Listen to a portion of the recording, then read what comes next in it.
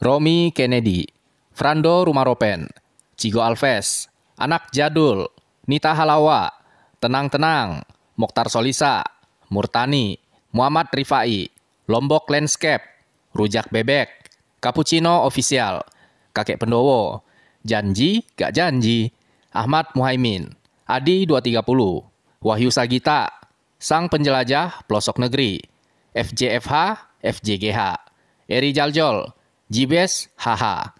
Dan semua teman-teman dimanapun kalian berada, gua ucapin selamat datang kembali di Mr. Film. Kita kembali ngelanjutin alur cerita film The Mosquito Coast, part ke-16, season 2, episode 9. Sekilas balik di episode sebelumnya. Dengan bantuan Adolfo, akhirnya Dina berhasil pergi meninggalkan Kasaroha. Sementara Ali dan Charlie berhasil mengungkap rahasia besar Guillermo. Ternyata, selama ini Guillermo mencuri dari sang kartel. Buat teman-teman yang baru pertama kali nemuin alur cerita series ini, selesai nontonin ini, silahkan juga kalian kepo-kepoin alur cerita dari episode-episode sebelumnya. Sebelum videonya kita mulai, Mr. Film wajib ingetin kepada teman-teman semua, kalau ini adalah sebuah konten spoiler. Yang mau kasih support ke gua, kalian bisa donasi melalui tombol terima kasih yang ada di samping tombol share. Dan kalau kalian nggak punya masalah dengan spoiler, mari kita masuk ke dalam alur cerita filmnya.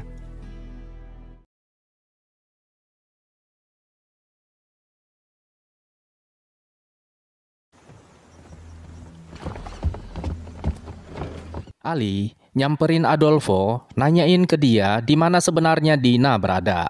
Namun Adolfo bilang kalau dia tidak tahu kemana perginya Dina. Tentu saja ini semua adalah kesalahannya Ali. Ali lah yang nantangin Dina supaya angkat kaki apabila sudah merasa cukup dewasa. Sekarang Ali malah minta tolong ke Charlie supaya jangan ngasih tahu ibunya mengenai kesalahannya ini. She'll be back. Maybe we don't tell your mother just yet.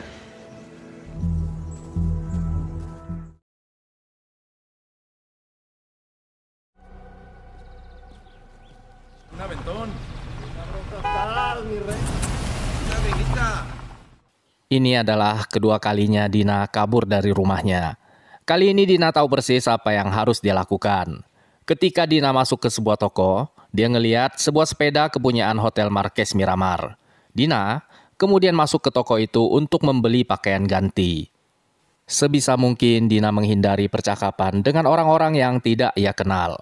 Ketika Dina membayar barang-barang yang dibelinya, dia pun bertanya kepada si kasir, di mana sebenarnya letak Hotel Marquez Miramar.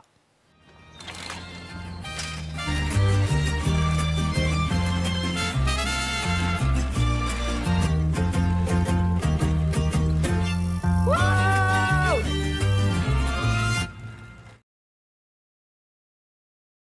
So here's my mission and the target.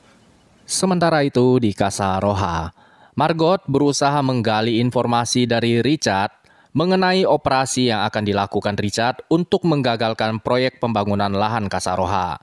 Diketahui kalau Richard akan meledakkan tempat itu. That's a template for the Amazon Borneo. Still TBD.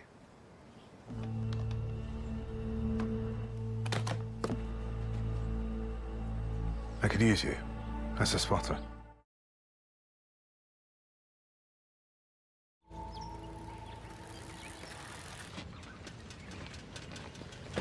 Dina pun ngembaliin sepeda curiannya itu ke Hotel Marquez dan berpura-pura kalau dia adalah tamu di hotel itu. Para karyawan hotel pun langsung tertipu oleh bualannya. Mereka menyambut kedatangan Dina dan langsung mengantarkannya balik ke area resor.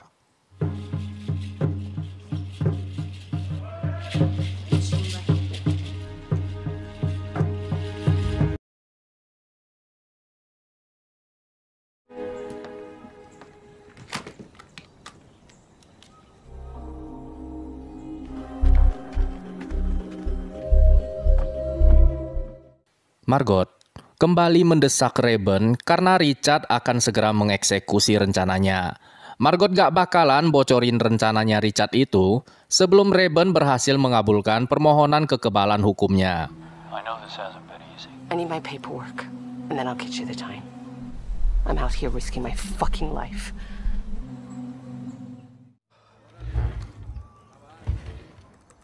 What are you doing here, Ali? Why the fuck are you using my computer?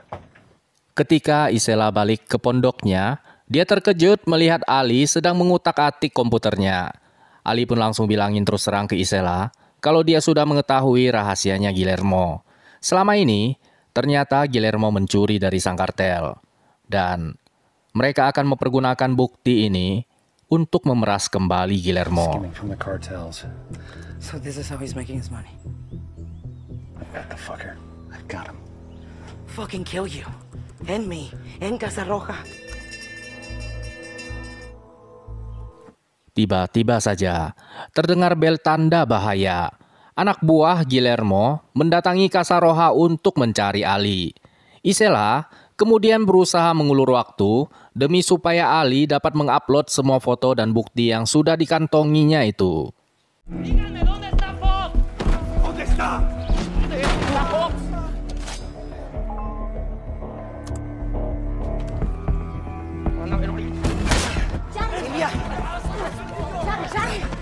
¡Hey! ¡No! ¡Hey!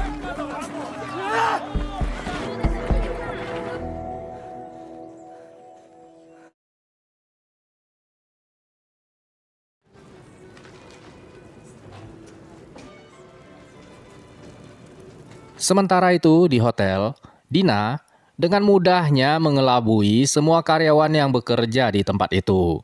Dina bahkan berhasil mendapatkan kunci kamar dari salah satu keluarga yang menginap di sana. Crap, I lost them. What's the room number again? 208. Great, thanks. Dunia ini terasa begitu asing baginya. Seumur hidupnya, baru kali ini Dina datang ke tempat yang semewah ini.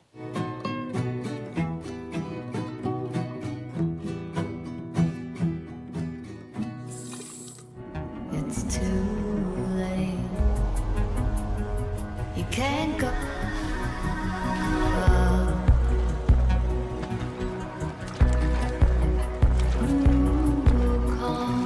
Tension.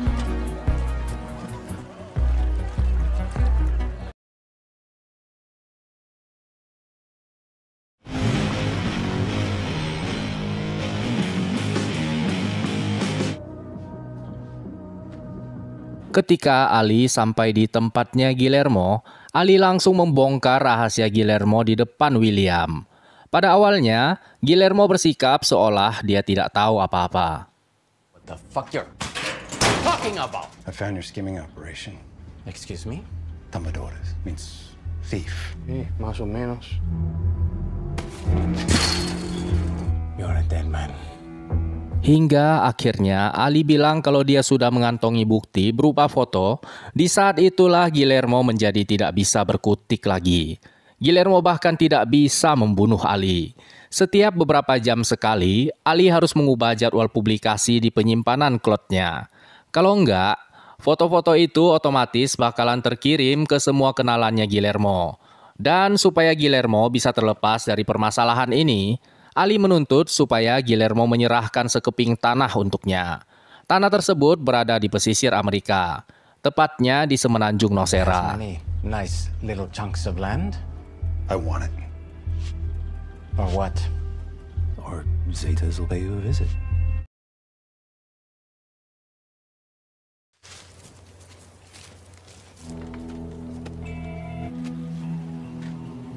Margot yang terus-menerus ngotot dan mati-matian minta supaya Richard mengikut sertakan dirinya di dalam operasi pengeboman, membuat Richard tidak punya pilihan lain selain memberinya sebuah peran.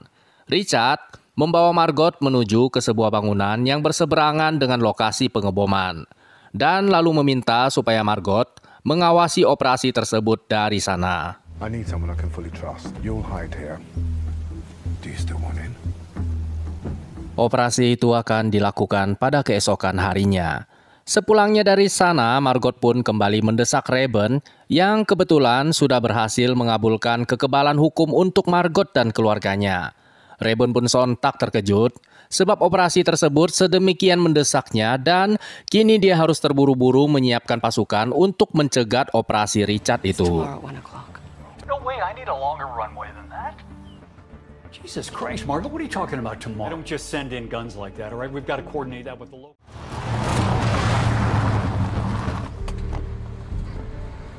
We'll do 2 more on the outside to keep tabs. Do me a favor. I don't think she'll agree.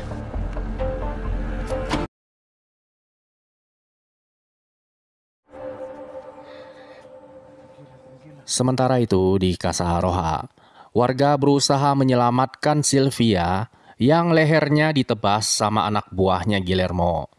Mereka tidak sanggup untuk menghentikan pendarahannya. Warga hanya bisa berkumpul dan beramai-ramai menunjukkan rasa simpatinya atas insiden ini.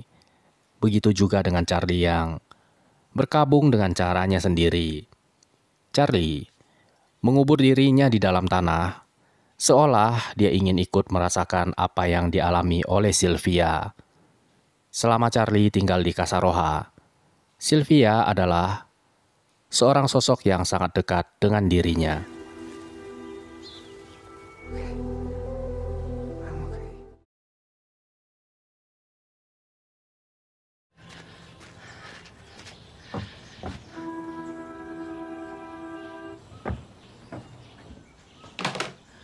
Ketika Margot pulang ke rumah, dia ngasih tahu ke Ali kalau besok Richard akan mengeksekusi rencana pengebomannya. Namun, Ali sama sekali tidak bergeming. Dia tidak mau menjawab Margot. Selain daripada sedang banyak persoalan yang ada di dalam pikiran Ali pada saat ini, dia tidak pernah setuju dengan rencana Margot itu. Menurut Ali, bernegosiasi dengan Amerika sama saja artinya dengan Margot hendak memecah belah keluarganya sendiri.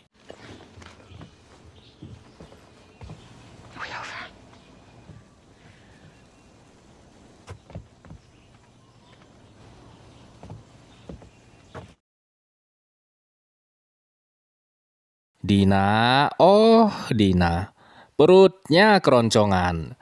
Dirinya mondar-mandir di restoran hotel, mengintai tamu yang beranjak dari mejanya. Dina hendak memakan makanan yang tersisa di piring mereka itu. Namun, untung saja pelayan restoran membuat sebuah kesalahan. Pelayan menanyakan nomor kamar yang Dina tempati dan Dina pun tidak lagi menyia-nyiakan kesempatan itu. Dina asal nyebut nomor salah satu kamar dan kemudian segera ngorder makanan yang banyak banget. Take your time. Can I just get a hamburger? Oh, and a Coke, some chicken fingers, and some French fries, and a sandwich. Sandwich.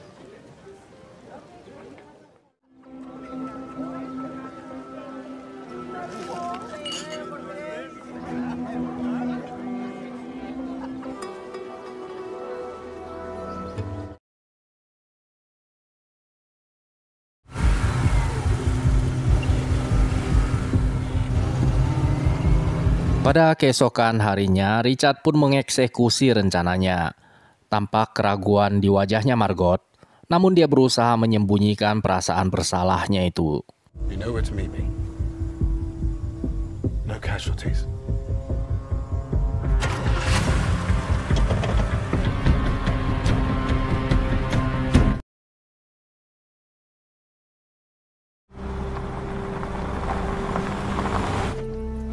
Buenos días. Buenos días.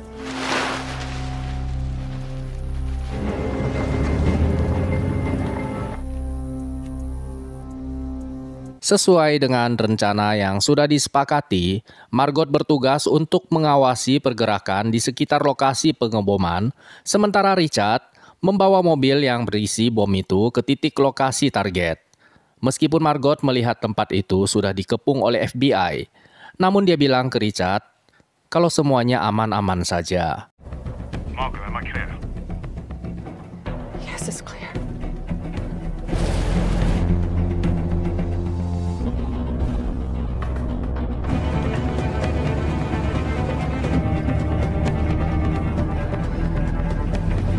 Ketika mendekati gerbang, mobil tersebut pun langsung dicegat dan diberhentikan dengan paksa. Dalam seketika, mobil itu langsung dikepung oleh tentara khusus. Namun, ternyata Richard tidak berada di dalam mobil itu. Richard menghubungi Margot melalui radio. Pengkhianatannya terbongkar sudah. Seharusnya Margot mendengarkan perkataan Ali. Kini, semua usahanya berakhir sia-sia. Clock is ticking.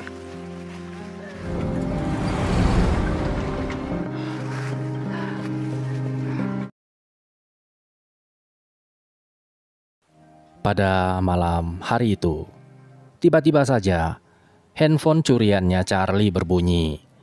Beberapa hari yang lalu, Charlie mencuri handphone itu dari Adolfo.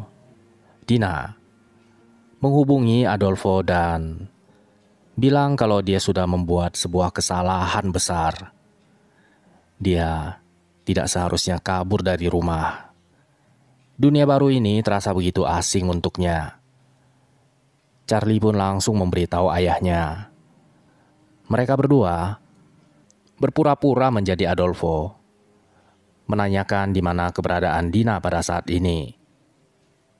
Di tempat yang sama, terlihat Richard berjalan memasuki hotel, resor tempat di mana Dina berada.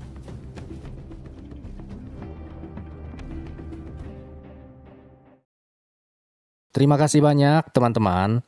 Sampai berjumpa di episode terakhir season kedua.